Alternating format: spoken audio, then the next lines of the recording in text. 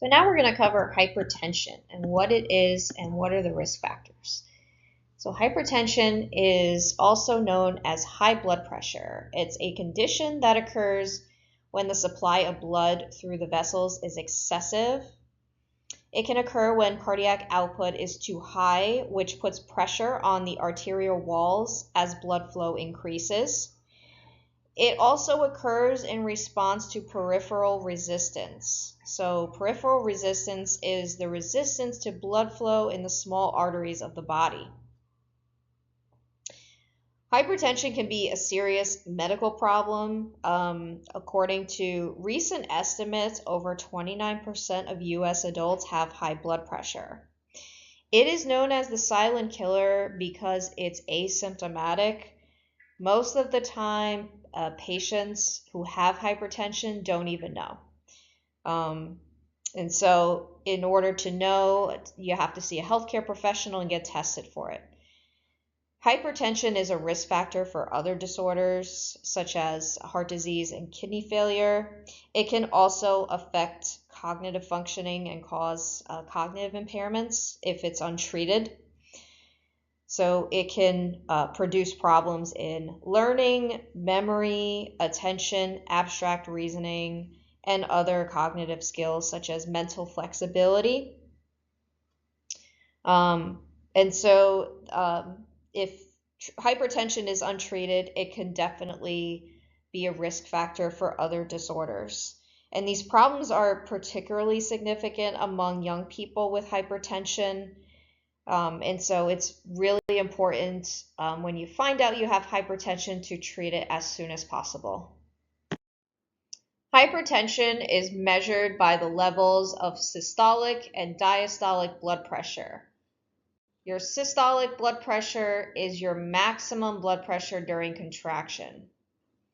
Your diastolic measure is your blood pressure while your heart is resting in between beats. So in reading your blood pressure, the systolic blood pressure is the upper number, and then your diastolic is the lower number.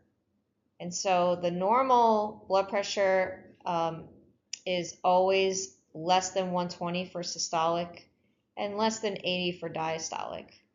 If you have a systolic pressure of 120 to 129 and a diastolic pressure of less than 80, it's slightly elevated, but no cause for alarm. High blood pressure, which is also known as hypertension stage 1, is when you have a blood pressure of 130 to 139 systolic and your diastolic reading is 80 to 89. A person with very high blood pressure, which is a hypertensive crisis, is when your systolic pressure is higher than 180 and your diastolic is higher than 120. So that's extremely high, and you should consult your doctor immediately if this happens. 90% of hypertension is largely unknown, but 5% of hypertension is caused by the failure of the kidneys. There's also some risk factors which have been identified. So hypertension tends to run in families. So there is some genetic factor that's contributed to this. So if one parent has high blood pressure, their offspring has a 45% chance of developing it. And if two parents have high blood pressure, the probability increases to 95%. There's childhood temperament, which can also promote weight gain in adolescence. Then blood pressure reactivity in childhood and adolescence can predict later development of hypertension. Males tend to be at greater risk than females for hypertension prior to age 45. From ages 55 to 64, men and women in the US face a similar chance of developing high blood pressure. And then after age 65, a higher percentage of women have hypertension than men. Cardiovascular disease is also, the risk is high for minorities, and this increased risk is due typically to factors related to financial stress and low socioeconomic status. Depression and emotional factors can also predict increases in blood pressure due to experiencing intense arousal.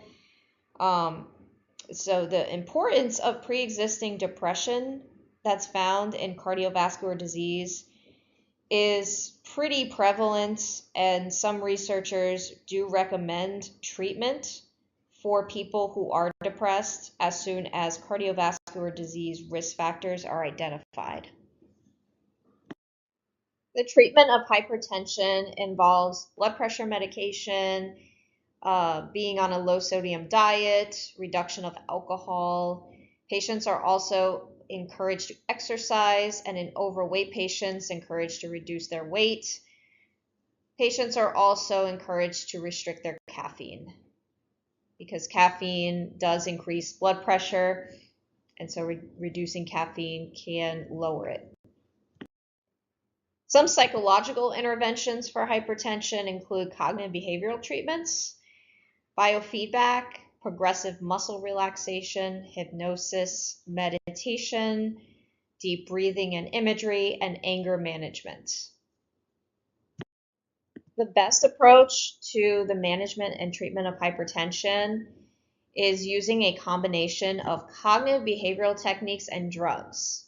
Blood pressure medication reduces blood pressure, but cognitive behavioral techniques can really help manage the condition and reduce and minimize its risks. Helping a patient manage stress and manage negative emotions and hostility can significantly reduce the risk of hypertension. The problem with treating it is that it's a symptomless disease, and so many people that are hypertensive don't know that they are. And many people who don't get regular physicals that suffer from hypertension are at the highest risk because they don't even know they have it, yet they're not getting regular physicals. And so the diagnosis does not occur until they get a standard medical exam. And usually with hypertension, even though people don't know they have it, they still experience the costs associated with hypertension, such as a lower quality of life, compromised cognitive functioning, and fewer social activities. Strokes are the fifth major cause of death in the United States, and it's a condition that results from a disturbance in blood flow to the brain. Some strokes occur when blood flow to localized areas of the brain is interrupted, which can result from arterial sclerosis or hypertension. The other cause of a stroke is a cerebral hemorrhage. So a cerebral hemorrhage is bleeding that's caused by the rupture of a blood vessel in the brain. When blood leaks into the brain, large areas of nervous tissue may be compressed against the skull, which produce widespread fatal damage. Some warning signs of a stroke are having sudden numbness or weakness of the face, arm, or leg, having confusion. So oftentimes when someone is about to have a stroke, they have a lot of trouble speaking or understanding what you're saying. They have sudden trouble seeing in one or both of their eyes, or they may get dizzy or lose their balance or coordination, or they may have sudden severe headaches with no known cause. These are some of the risk factors for having a stroke. So high blood pressure, smoking, having a high red blood cell count, your age, and if you have a family history of a stroke. The likelihood of a stroke increases with age, and it occurs more often in men than in women. It also occurs more often in African Americans and among those who have diabetes. Having a prior stroke or somebody in the family that has a stroke also increases the likelihood. Acute triggers for a stroke can include negative emotions, anger, and a sudden change in posture in response to a startling event. Anger expression can also appear to be related to a stroke. It also increases the risk of heart disease and hypertension. And so psychological distress and negative emotions can often exacerbate the risk. Depression and anxiety are predictive of a stroke and are especially strong predictors for white women and for African Americans. Stroke affects all aspects of a person's life, including social, vocational, and physical aspects. After a stroke, motor problems, cognitive issues, and emotional issues tend to be the consequence. So interventions are designed to deal with such problems after a stroke has occurred. Rehabilitative interventions include medication and the use of structured stimulating environments to challenge capabilities.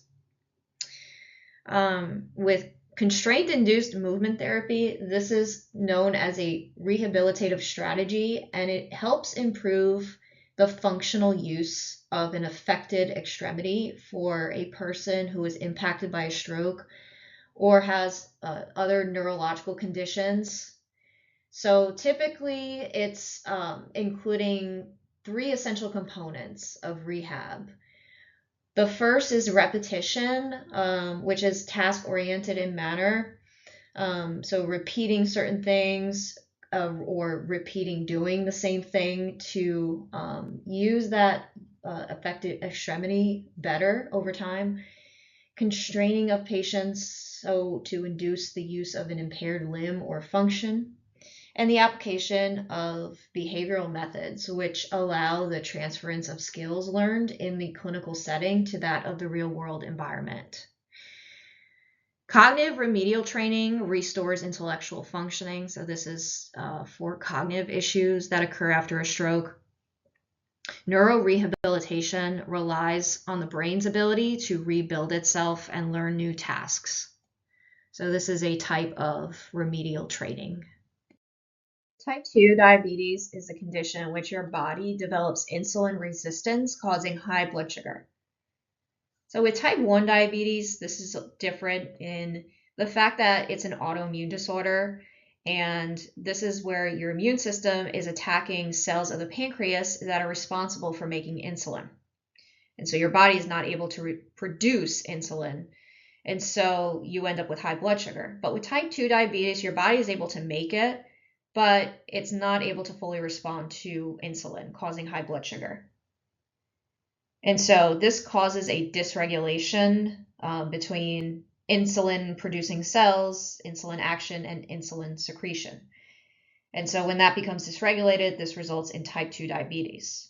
When your liver loses its ability to respond fully to insulin, your pancreas increases its production of insulin.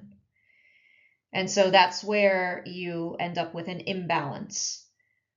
The symptoms of type 2 include frequent urination, fatigue, dryness of the mouth, impotence, loss of sensation, frequent infections.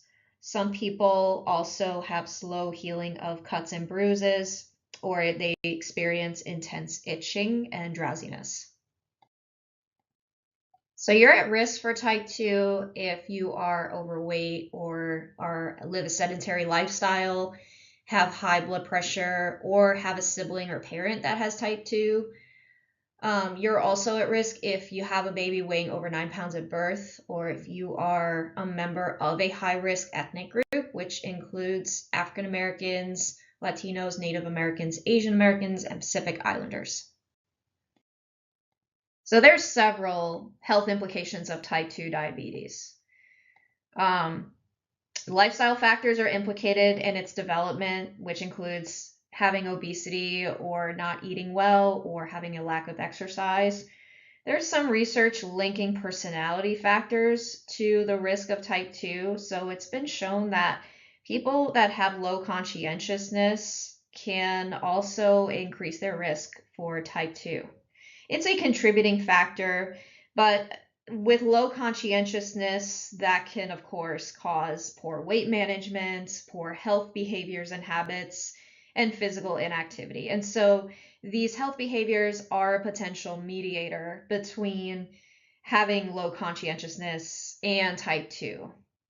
There's also some cognitive dysfunction. So this can increase the risk of having memory issues, There's mostly psychological factors implicated as well. People with type 2 diabetes are sensitive to effects of stress. So people at high risk tend to show higher reactivity to stress and negative emotion. Type 2 diabetes can be self-managed at home. Patients are encouraged to reduce their sugar and carbohydrate intake, to achieve a normal weight, to get plenty of exercise. And so all of these things can improve health behaviors and also improve adherence to treatment. People with good self-control skills tend to do a better job of achieving their glycemic control. They tend to adhere better to a treatment regimen. Generally, social support improves adherence, but this is not the case for diabetes. In fact, it does the opposite. But again, this depends on who you're surrounded with. So social contact can lead to temptations to eat foods that compromise diabetic function. But again, this really depends on the people that you're surrounded by and whether you are getting the right type of social support. Cognitive behavioral interventions have been undertaken with type 2 diabetes to improve adherence to aspects of their regimen. Much of the non-adherence results from running out of medications or forgetting to take them. So these are obvious targets for intervention. There's also some programs that have focused on training patients to monitor their blood sugar levels effectively. Oftentimes with patients with type 2, they tend to forget to monitor their blood sugar levels, and this is super important because if their blood sugar is really high, they may not know or they may get symptoms. So it's very important to always be monitoring the blood sugar. And even very brief interventions via telephone can improve self-care among type 2. Type 2 diabetes requires significant lifestyle changes, and so there's usually an issue with non-adherence to treatment. So because of these problems, a focus on maintenance and relapse prevention is essential. Social skills training is very effective for managing high-risk situations.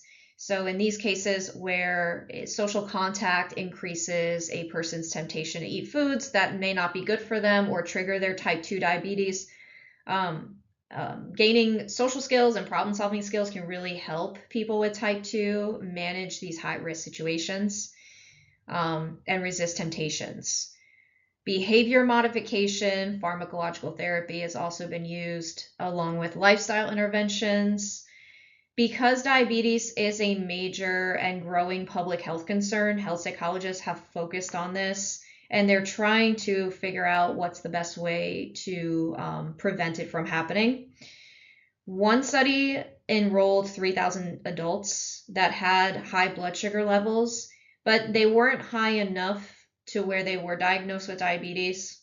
These high-risk individuals were assigned to one of three conditions. And so one condition was a placebo, one received lifestyle recommendations, and then along with medication that lowers blood sugar. And then the third condition received an intensive lifestyle intervention that really focused on health behavior change.